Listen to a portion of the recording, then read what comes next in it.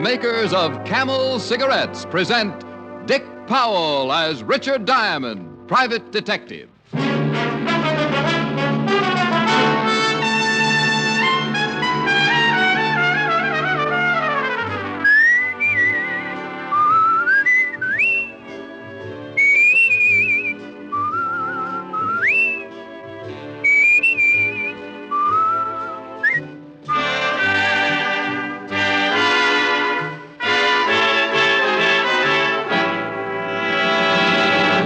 How mild can a cigarette be? Martha Tilton knows. Ezio Pinza knows. Vaughn Monroe knows. Yes, so many stars whose voices are their fortunes know it's Camels for mildness. They choose Camels because they know that camels get along with their throats. Make the 30-day Camel mildness test and see how mild, how flavorful, how thoroughly enjoyable a cigarette can be.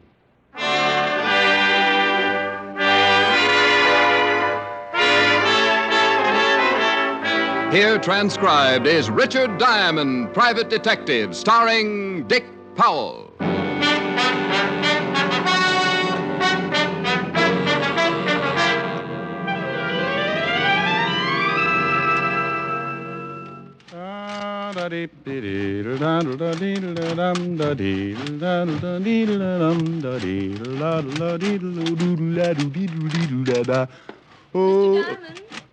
Back here behind the socks.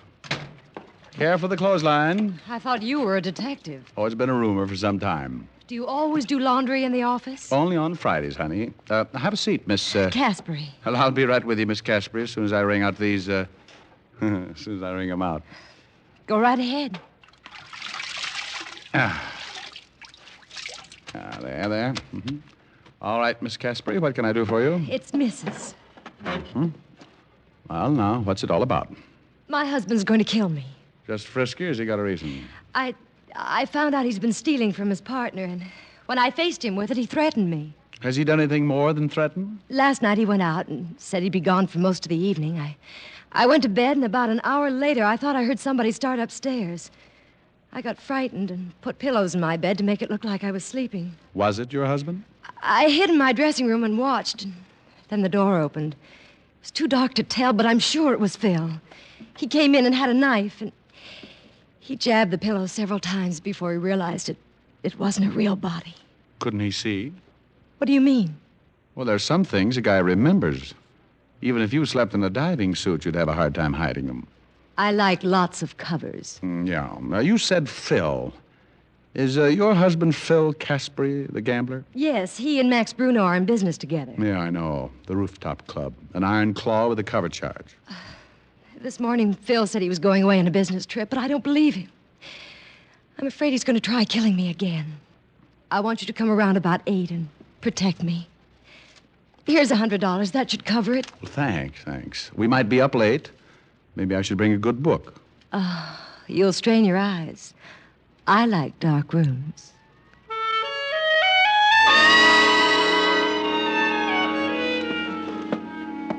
She got up then and walked slowly across the room like a big cat that had just finished eating its keeper.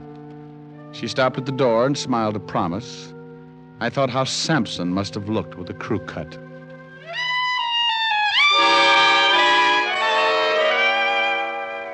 Around 1, I stopped in at the corner of 51st and Broadway for a bite of lunch.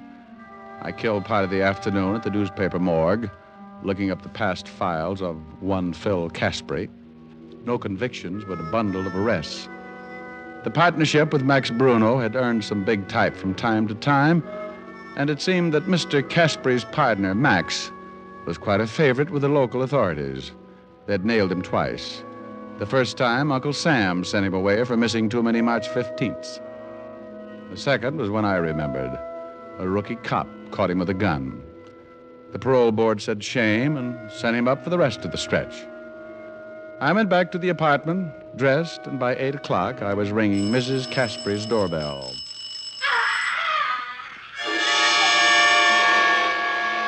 The skin of my back crawled up and sat on my head. Whoever was dying was doing it the hard way. The door was locked, so I gave it the benefit of one of my shoulders.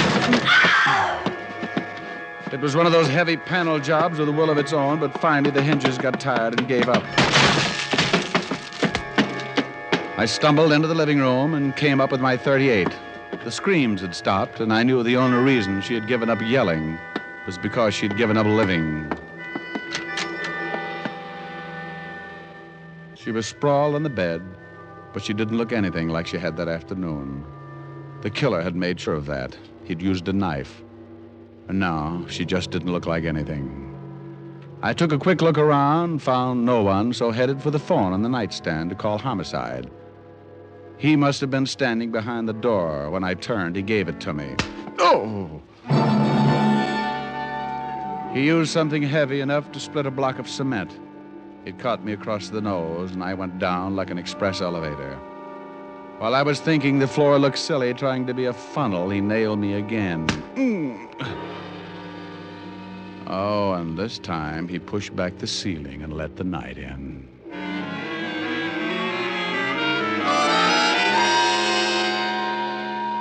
It's easy to relax after a good beating.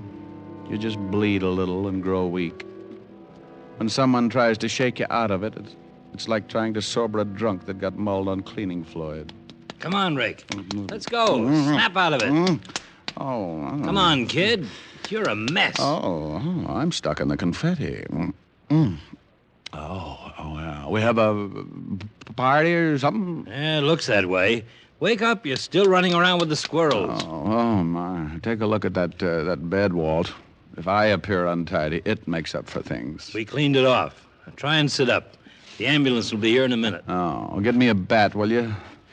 If I can find the guy who crowned me, I'll give you another customer. We got him outside, but I can't say I blame him. Who you got? Caspary. He says you knocked off his wife. What? He called us, said he came home, found the body, and found you tiptoeing through the corpses. Yeah? Well, maybe he told you his wife came to see me today and gave out with $100 to protect her from him. No, as a matter of fact, he didn't. Well, then don't stand there on your swollen bunion, Walt. He's got me in line for a murder rap, and I don't like it. Don't blame you. Otis, bring in Mr. Caspary. Yeah, Lieutenant. Get in there, Caspary. Okay, Sergeant, okay, take it easy. Here he is, Lieutenant. Caspary, Diamond here says he'll trade you a seat in the electric chair for his pushed-in face. I don't get it. Well, stick around, Phil. It'll catch up with you. Hold it a minute, Rick. I've had my face turned into an ad for taffy machines. I've got a right to gloat. Look, why the chit-chat, Lieutenant? You got your killer? That's what Diamond thinks. He says you fit the job. He's a dirty liar. Says your wife retained him to protect her from you. For why? She found out you were robbing your partner. You made one try for her, but you missed. You graduated, Diamond. Now you're a filthy liar. All right, Rick, lay off. Okay, but I'd like to play some more. I want some answers. Then why don't you ask his partner? You know him, Max Bruno. All right? Let's all go see Max Bruno.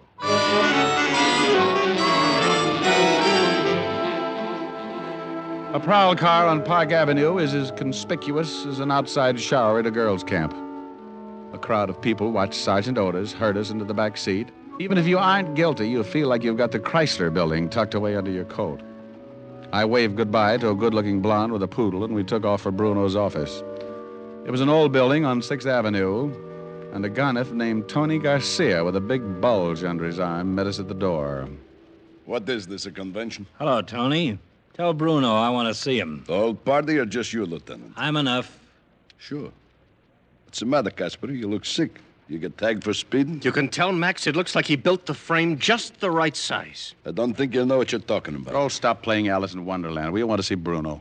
I'll find out if he's in. We know how to turn a doorknob. Look out. Okay. Well, what is this? They wouldn't wait for an introduction. Hello, Max. What do you want, Levinson? Couple of questions? You in some kind of trouble, Caspary? What do you think? What are you getting rough with me for? Oh, are you dirty double-cross? Shut up. Well, what's eating you, Diamond? Well, that's a good one. Now, look. You look, Max. You keep your mouth shut, Caspary. Not when I'm being framed. I'm going to yell my head off. Framed. Don't know nothing about it, huh, Max? I don't know what you're talking about. What is this? You framed me with that killing. Killing? Don't come on with that bit. You know what I'm talking about. Take Caspary in the hall, Otis. Yes, sir. Come on, Caspary. I'll get you for this, Max. So help me. Come on, you. Will somebody tell me what's going on Fucking here? liar. I swear to you, if it's the last thing I do, I'll get... What's happened to him? Max, you don't know? How am I supposed to know? Guess? Somebody just killed his wife. Tony, Yeah, boss. wait in the hall. Yeah, boss. Caspary knocked off his wife, huh? Well, he didn't say it was Caspary. Look, Caspary's my partner. At least he was. You split? Yeah, a couple of days ago. Why? I've been checking for a couple of weeks. Caspary's been holding out on the take. How'd you find out? His wife called me and told me. Oh, really? Wonder why a wife would incriminate her husband like that. Yeah, she was scared stiff. She found out what he was doing, and he told her he'd kill her. So she didn't know what to do. She called me. You knew her pretty well, huh? Not too well. She figured I could give her protection. I told her to see you, Diamond. Well, now, that was very nice of you, but what did you do about Caspary when you found out he was robbing you? Told him to get out, have the money back by tomorrow morning. You tell him his wife tipped you about him? Are you crazy? Of course not. Said I'd been checking on him for a long time, that the books didn't tally. And what did he say? He said he didn't do it. What'd you expect him to say? Well, are your books short? 200,000 worth. Okay, Max. We'll be talking to you. Wife's dead, huh? About as dead as she can get. See you around. Yeah. Okay, so he told you how I've been robbing the till. Yeah, he did. Well, let's go. What's the matter, Caspary? You give it up? I'm framed. That's it. Let's go. Oh, by the way, what did you do with the murder weapon? Don't be surprised if you wake up some morning and find it sticking in your back. Get him out of here, Otis. Come on, you. Come on. Well, Levinson did it again. Suspect in custody. What do you do for an encore? Sleep? You want me to drop you off in emergency? You could use a new face. No, I'll grab a cab and go to the apartment, clean up. Got to see Helen later. Okay, but stay off the streets. Somebody's liable to think you're dead and bury you. Oh, that's a good one. Night. Good night.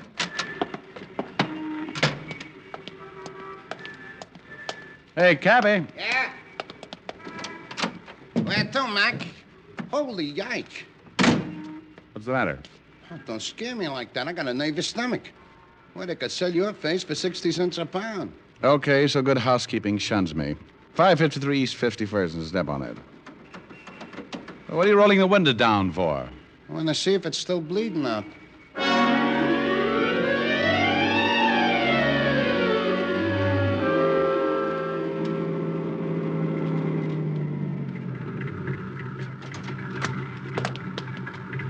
$0.35. Here you are. Thanks.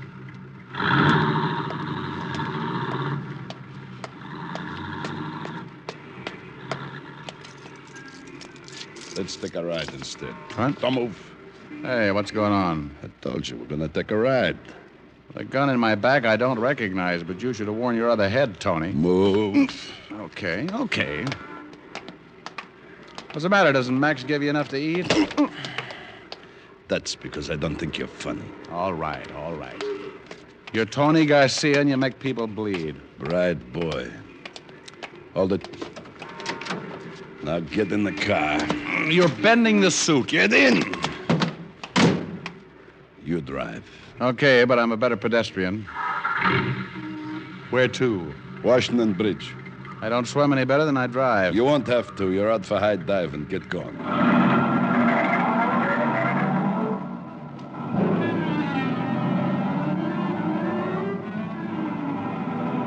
Come on, hurry it up. I thought we were going to a funeral. That's a good one. What's it all about, Tony? Don't get nosy. Enjoy the ride. It's a new car.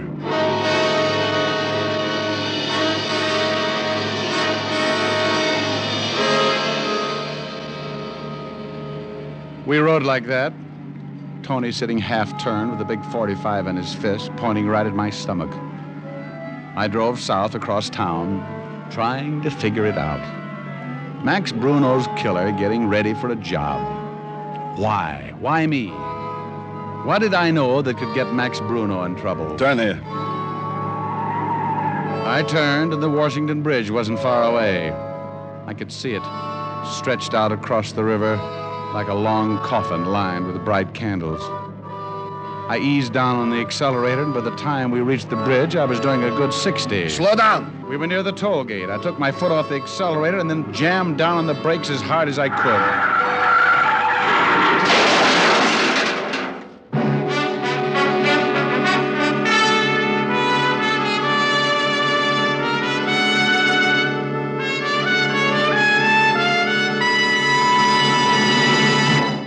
Before we continue with Richard Diamond, private detective, here are a few words about smoking enjoyment. You know, smoking is a day-in, day-out pleasure. We like each cigarette to taste as good as the one before. And we like the cigarette we smoke to be mild, to get along with our throats for a good long time. So it's good sense to test a cigarette over a period of time, not just a puff of this cigarette or a sniff of that. Yes, make the sensible cigarette test, the thorough test. Smoke only Camels for 30 days as you normally smoke, and you'll see how rich and flavorful Camels are, pack after pack. You'll see how mild Camels are week after week. In a coast-to-coast test of hundreds of people who smoked only Camels for 30 days, noted throat specialists reported not one single case of throat irritation due to smoking Camels. That's real proof of cigarette mildness. Make your own Camel 30-day test, the sensible test, and see for yourself why more people smoke Camels than any other cigarette. How mild, how mild, how mild, how mild can a cigarette be? Make the Camel 30-day test and you'll see. Smoke Camels and see. And now back to Richard Diamond, private detective, starring Dick Powell.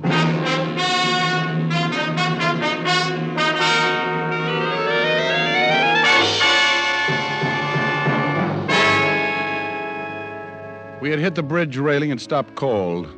The steering wheel had caught me in the stomach. I opened my mouth to make my lungs work. It was like sucking air through a bent straw. I didn't know how long I sat there before I finally made it, but a slow, dripping sound made me remember Tony and look over. He was halfway through the windshield, and the dripping wasn't a broken radiator. His life was running out all over the hood.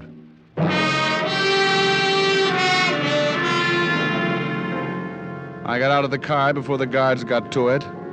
I had to have time to figure the whole thing out, and I didn't want to hang around for a lot of long explanations. I walked until I lost the crowd that was collecting. I took in long breaths of fresh air until my head cleared, then spotted an empty cab heading back to town, flagged it, gave the cabbie the address of the rooftop club. I needed answers, and the best person to give them to me was Max Bruno. Late edition, get your late edition here. Read all about it. Read all about the Caspary murder. Woman found dead in her apartment. Husband held for murder. Hey, boy, paper. Yes, sir. Gee, what happened to your face? I shaved with a rake. Yeah? Gee, that's pretty funny. Holy. What's the matter? This picture. That's the dame was knocked off tonight. Caspary dame. Oh, so that's it. Huh? Here's a $1, thanks. Wow. Take my advice, mister. See your analyst. You'll get rid of them bells.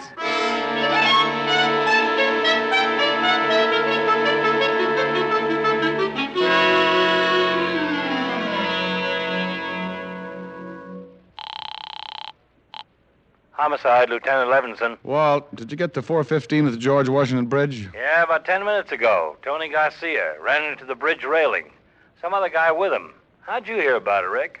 Well, I was the other guy. What? Yeah, Tony was going to show me the bottom of the river. Are you nuts? Not at all, no. And have you seen the evening papers? No. Well, there's a picture of Mrs. Caspary on the front page. So what? Well, so this. The girl in the picture isn't the same girl who came into my office this afternoon. Who was she? I don't know. Now, wait a minute, Walt, Rick. well, no. Don't you get it? That's why Tony was supposed to gun me tonight. No, I don't get it. Oh, Walt, somebody wanted to frame Phil Caspary. They sent a girl to my office posing as Mrs. Caspary. So I'd swear she suspected that Phil was going to kill her.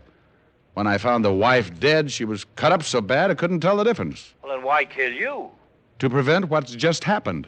Get me out of the way before I saw the evening papers. Then Max Bruno was lying about Caspary taking the money. Sure. There had to be a motive, so he cooked up the story about Mrs. Caspary calling him and telling him about Phil and the money. Then Bruno's our man. Oh, Walt, you're such a good boy. I knew you'd get it.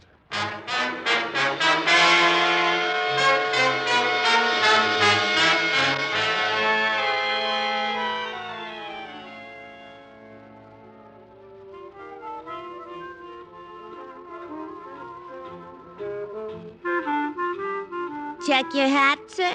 Maybe I'd better throw it in the door first. Give me a pack of Camels. Yes, sir.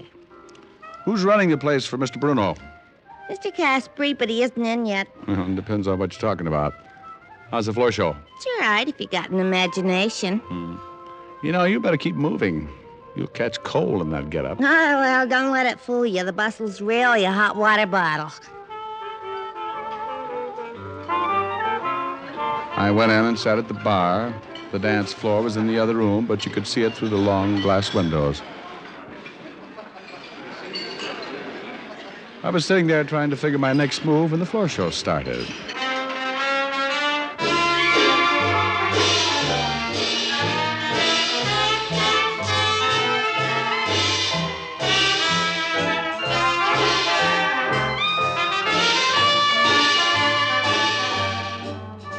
The usual line of cuties came out. The hat check girl was wrong. You didn't need an imagination. They were wearing just enough to make a bathing suit look like a sleeping bag. They tripped over each other getting off, and the lights went dim, and a white spot circled the piano. She came out in a green satin evening gown. I've seen grapes with looser skins. I didn't know what time it was. She knew what time it was. She was pretty good, too. But she was better this afternoon in my office when she told me she was Mrs. Caspary. I got up and went back to the hat check girl with a warm bustle. Maybe you need a shot. Even the old ones stick around for the last show. Honey, where can I find that singer's dressing room? I thought you looked healthy. Mr. Bruno wouldn't like it. Well, maybe we don't let Mr. Bruno in on it. Oh, $10. You'll have to shove bamboo under my nails before I talk. She told me how to find the singer's dressing room. I thanked her and gave her a pat on the... You know, it was a hot water bottle. I walked by the bar again and listened while she poured it on. I've heard singers with better voices, but this one had the difference.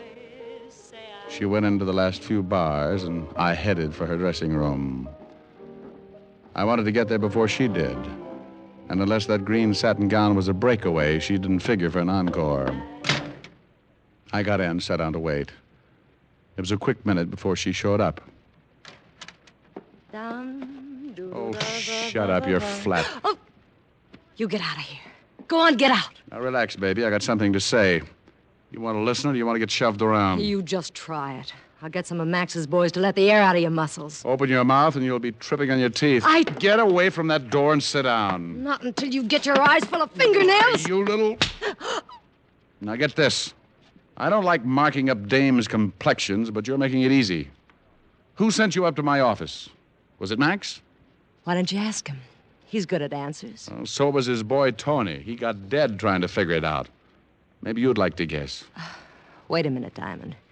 One scream from me, and everybody in the joint will be in here on your back. Honey, if you open your mouth, I'll shove your foot in it. If I tell you, do I get squared with the law? You're an accessory before the fact. I can only give you a head start. Just give me long enough to find a healthy climate. Now, you're killing time. Come on. I want to know who built you up to fit Mrs. Caspary. Was it Max Bruno? All right. It was Max. Phil found out he was holding out in the gambling take. So he dissolves the partnership by killing Mrs. Caspary, making Phil the patsy. Neat, huh? Yeah, like a sack full of brains. Go on, answer it. Who is it? Open up, baby. It's me. Max, look out! Diamond's in here! Sorry, baby, but twice makes you a punching bag. I didn't want to hit her, but it was the only way to keep her tongue in.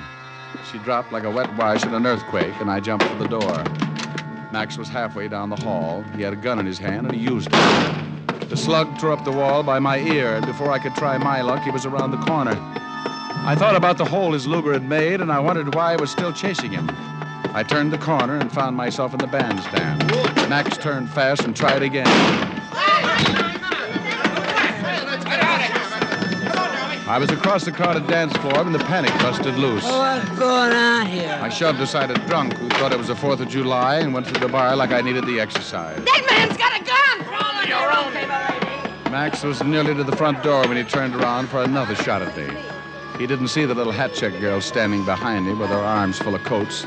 He backed right into her, and they both went down together. Max stumbled up, tangled, in an assorted wardrobe. He squeezed first, but he was wearing too many coats, and he missed again. I didn't miss. Max doubled up like a tired ice bag and got himself a face full of carpet. He was pretty dead. The hat-check girl looked at me for a minute, then leaned over to Max. She said something that endeared her to me forever. Check your gun, Mr. Bruno.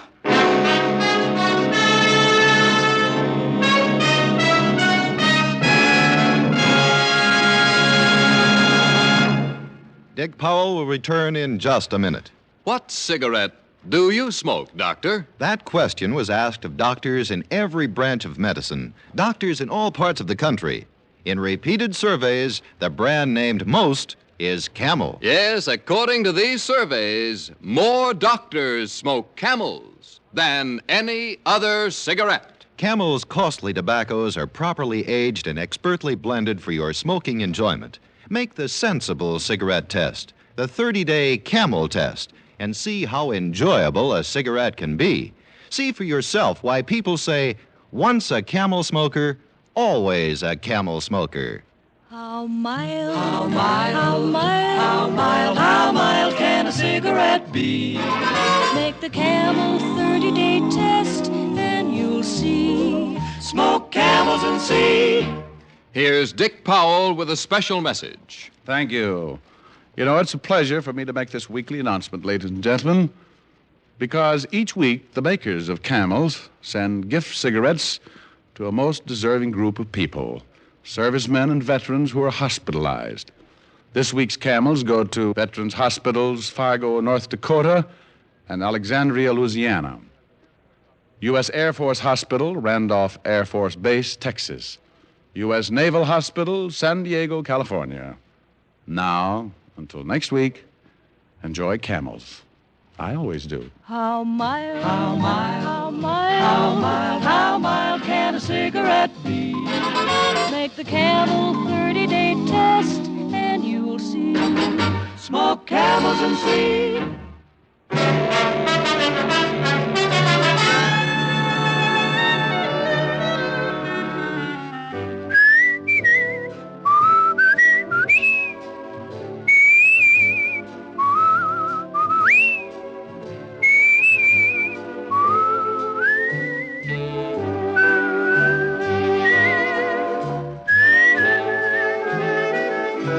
Tonight's adventure of Richard Diamond, starring Dick Powell, was written by Blake Edwards with music by Frank Worth. Our director is Helen Mack. Featured in tonight's cast were Virginia Gregg, Arthur Q. Bryan, and Wilms Herbert.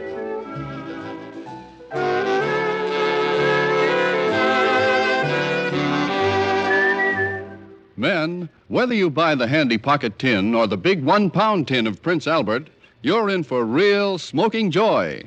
PA's Choice Tobacco has a rich taste and delightful natural aroma. It's specially treated to ensure against tongue bite, and it's crimp cut for smooth, even, cool smoking. Get Prince Albert, the National Joy Smoke, America's largest selling smoking tobacco.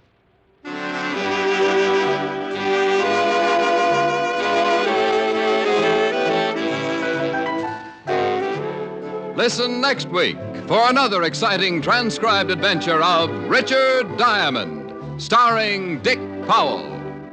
This is Your FBI. The official broadcast from the files of the FBI follows immediately. Stay tuned. This program came to you from Hollywood. This is the American Broadcasting Company.